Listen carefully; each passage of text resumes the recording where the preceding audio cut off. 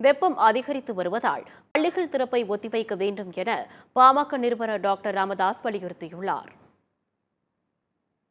தமிழ்நாட்டில் கோடை விடுமுறை முடிந்து ஜூன் 6ஆம் தேதி பள்ளிகள் திறக்கப்படும் என்று தமிழக அரசு அறிவித்திருக்கிறது.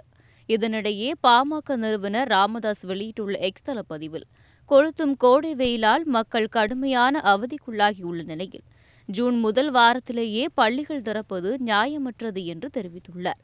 அரசின் இந்த முடிவு பள்ளி செல்லும் குழந்தைகளை கடுமையாக பாதிக்கும் என்று தெரிவித்துள்ள ராமதாஸ், தலைநகர் சென்னையில் 108 டிகிரி ஃபாரன்ஹீட் வரை வெப்பம் பதிவானதை சுட்டிக்காட்டியுள்ளார்.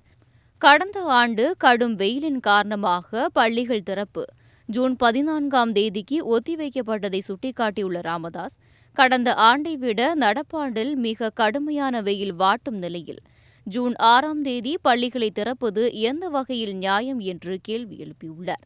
வெயிலின் தாக்கத்தை கருத்தில் கொண்டு புதுச்சேரியில் பள்ளிகள் திறப்பு ஜூன் 12ஆம் தேதிக்கு ஒத்திவைக்கப்பட்டதை ராமதாஸ் சுட்டிக்காட்டியுள்ளார். கடுமையான வெயில் கொளுத்தும் நிலையில் பள்ளிகளை திறந்தால் எந்த பெற்றோரும் தங்கள் பிள்ளைகளை பள்ளிக்கு அனுப்ப மாட்டார்கள். எனவே நிலைமையின் தீவிரத்தை உணர்ந்து தமிழ்நாட்டில் பள்ளிகள் திறப்பை ஜூன் மாதத்தின் 2ஆம் பாதிக்கு ஒத்திவைக்க வேண்டும் என ராமதாஸ் வலியுறுத்தியுள்ளார்.